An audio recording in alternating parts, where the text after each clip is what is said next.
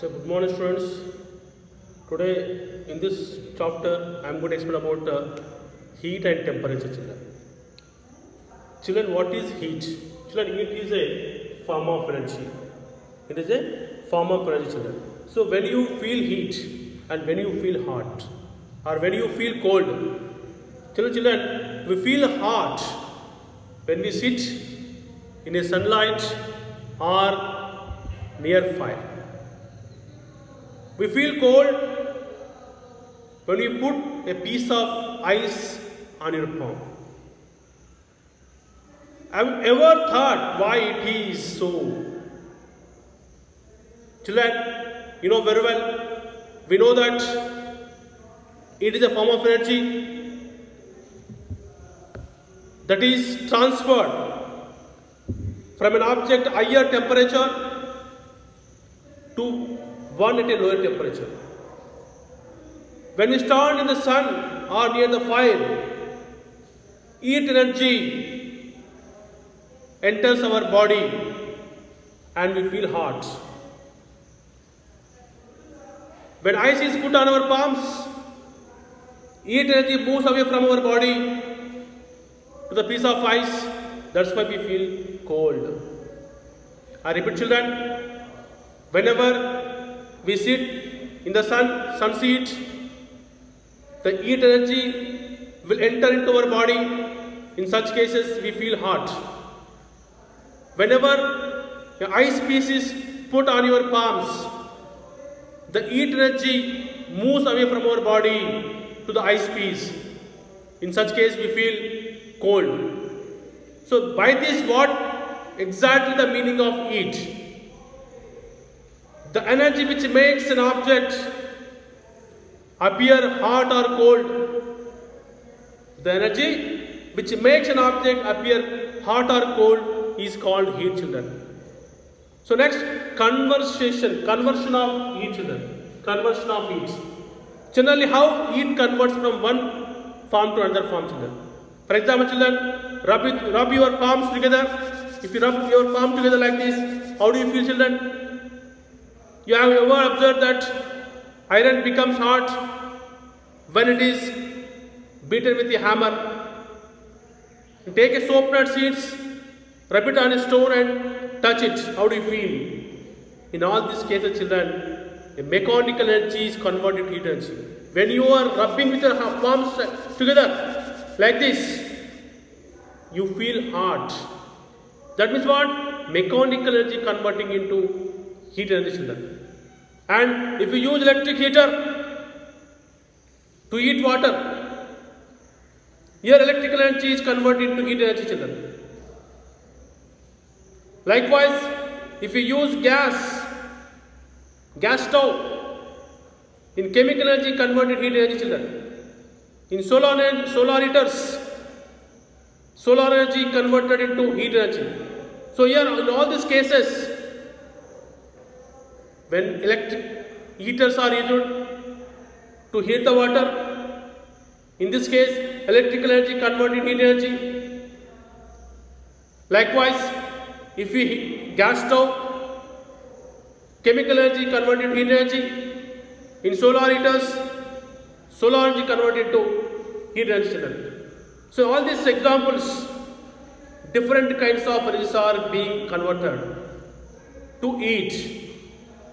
In the other forms, in the same way,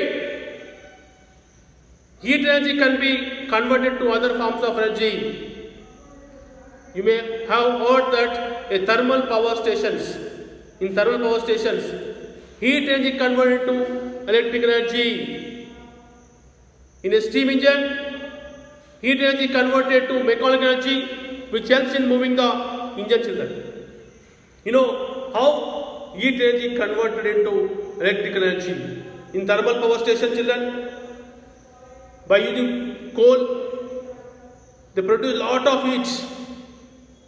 And this heat boils the water and which produces steam. Hot steam. And this hot steam will help to run the turbines.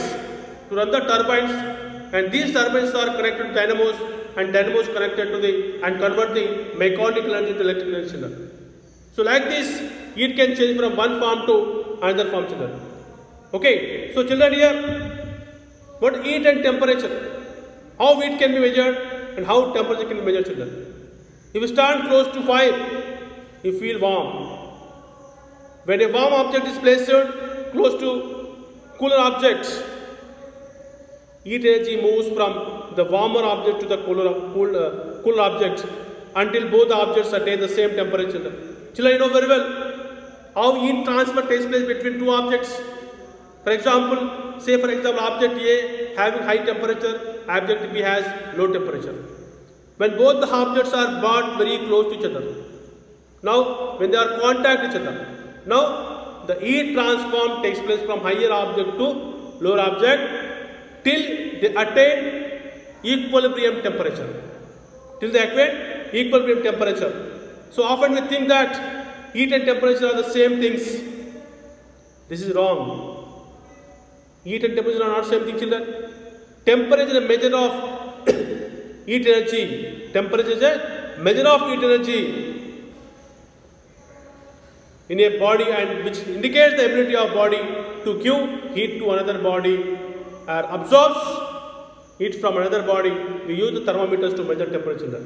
So, to measure temperatures, we use thermometers.